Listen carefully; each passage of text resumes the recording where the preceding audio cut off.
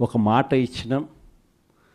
ఆ మాట కోసం ఎందాకైనా కూడా పోయిన పరిస్థితుల మధ్య వైఎస్ఆర్ కాంగ్రెస్ పార్టీ ఆవిర్భవించడం, వైఎస్ఆర్ కాంగ్రెస్ పార్టీ ఈరోజు ఒక బలమైన పార్టీగా ఈరోజు రాష్ట్ర చరిత్రలో ఉండడం, దానికి బీజం కర్నూలు నుంచే పడింది.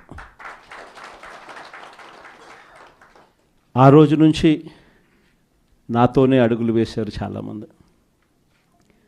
ప్రతి అడుగులోనూ కూడా ఆ రోజు పార్టీ పెట్టిన రోజు నుంచి ఈ రోజు వరకు గమనిస్తే కూడా మన పార్టీకి ఎవరైనా కూడా సిద్ధాంతం ఏమిటి అని చెప్పి ఎవరైనా కూడా వైఎస్ఆర్ కాంగ్రెస్ పార్టీ ఐడియాలజీ ఏమిటి, సిద్ధాంతం ఏమిటి అని ఎవరైనా ఒక్కసారి కళ్ళు మూసుకొని ఆలోచన చేస్తే కంటికి కనిపించేది రెండు కనిపిస్తాయి.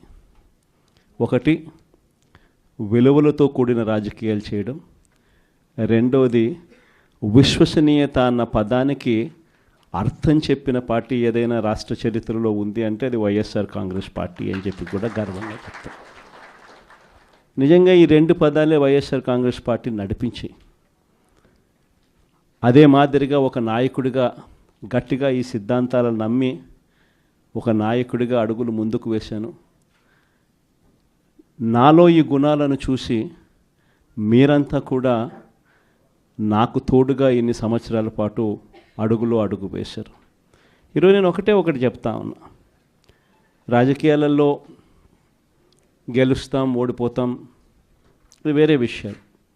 కానీ ఈ రోజుకి కూడా ఖచ్చితంగా ఒకటైతే చెప్తాను, వైఎస్ఆర్ కాంగ్రెస్ పార్టీకి సంబంధించిన ఏ నాయకుడైనా కూడా, ఏ జెడ్పీటీసీ అయినా, ఏ ఎంపీటీసీ అయినా, ఏ సర్పంచ్ అయినా, ఏ వార్డు మెంబర్ అయినా, ఏ కార్యకర్త అయినా కూడా, జిల్లా స్థాయి నుంచి గ్రామ స్థాయి వరకు ఏ నాయకుడైనా, ఏ కార్యకర్త అయినా కూడా గర్వంగా కాలర్ ఎగరేసుకొని ఏ ఇంటికైనా వెళ్ళి ఆ ఇంట్లో చిక్కటి చిరునవ్వుల మధ్య వాళ్ళ ఆశీస్సులు తీసుకునే కెపాసిటీ, వాళ్ళ ఆశీస్సులు తీసుకునే పరిస్థితి ఏ నాయకుడికైనా ఉంది అని అంటే అది ఒక్క వైఎస్ఆర్ కాంగ్రెస్ పార్టీ నాయకులకు మాత్రమే ఉందని గర్వంగా చెప్పగలను.